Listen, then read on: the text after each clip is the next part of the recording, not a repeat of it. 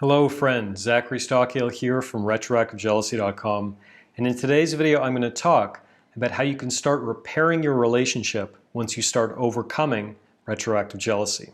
If you find this video useful, if you dig what I'm doing here, if you'd like me to do more, please be sure to click the like button below, and also be sure to subscribe to my channel if you want more information on overcoming jealousy, overcoming retroactive jealousy, relationship advice, and a whole lot more.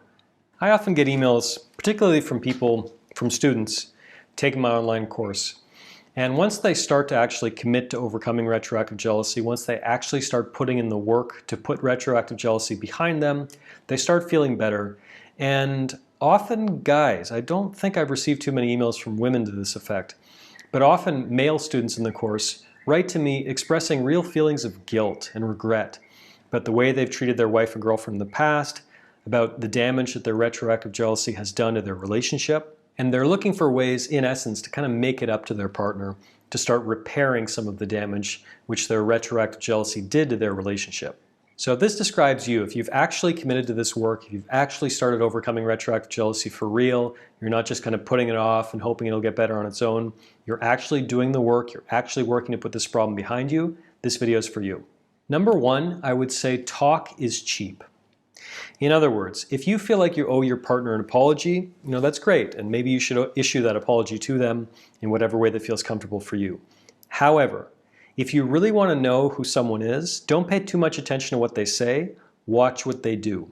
In other words, if you are actually sorry, if you are actually feeling regret about what you did to your partner, about the way you treated them, which by the way, I know this feeling very well.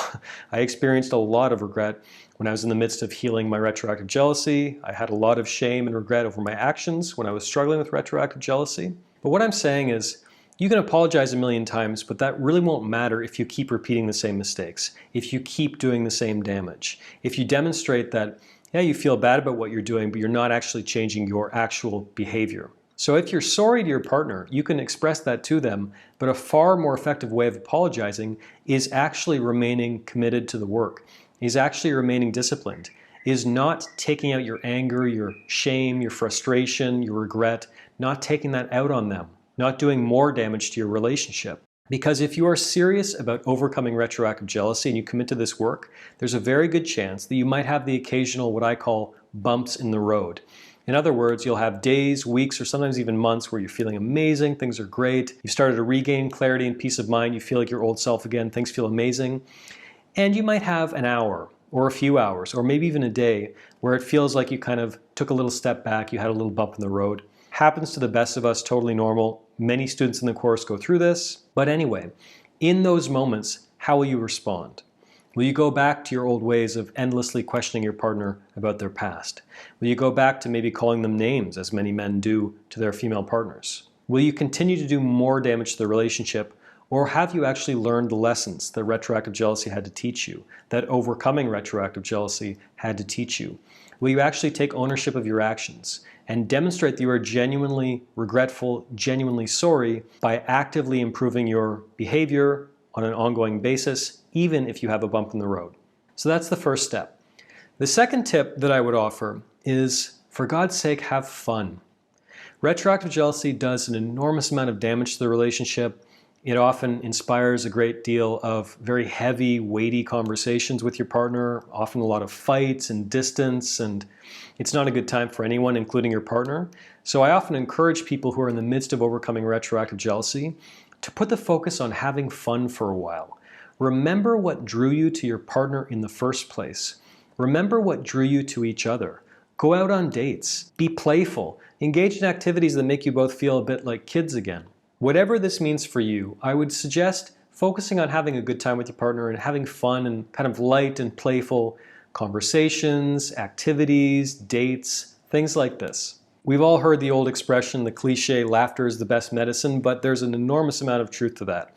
Laughing, having fun with your partner is so important if you're trying to repair any kind of damage. So focus on having fun together, focus on light things, avoid some of the heaviness and drama from maybe when you were struggling with retroactive jealousy, and that's a great step toward actually healing the relationship.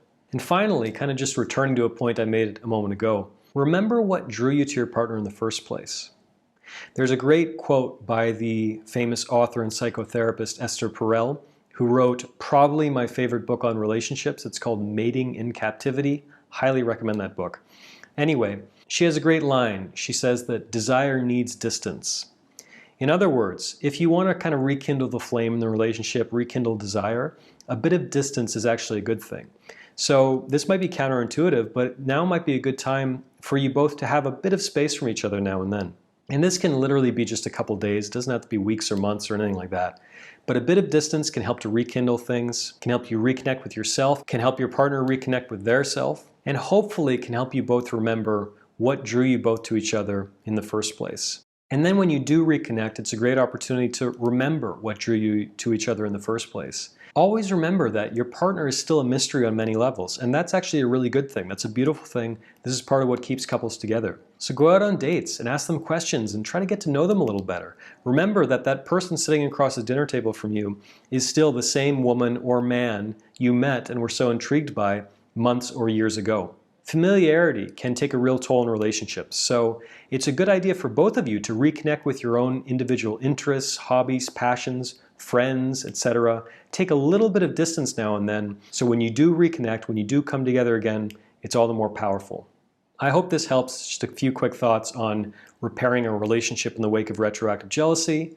If you are looking for help overcoming retroactive jealousy, I've just released a brand new online course, which frankly I'm very proud of. It's called the Overcoming Jealousy Blueprint. It's out right now at a serious discount. Click the link in the description to learn all about that. Thank you very much for watching this video, and I will talk to you again very soon.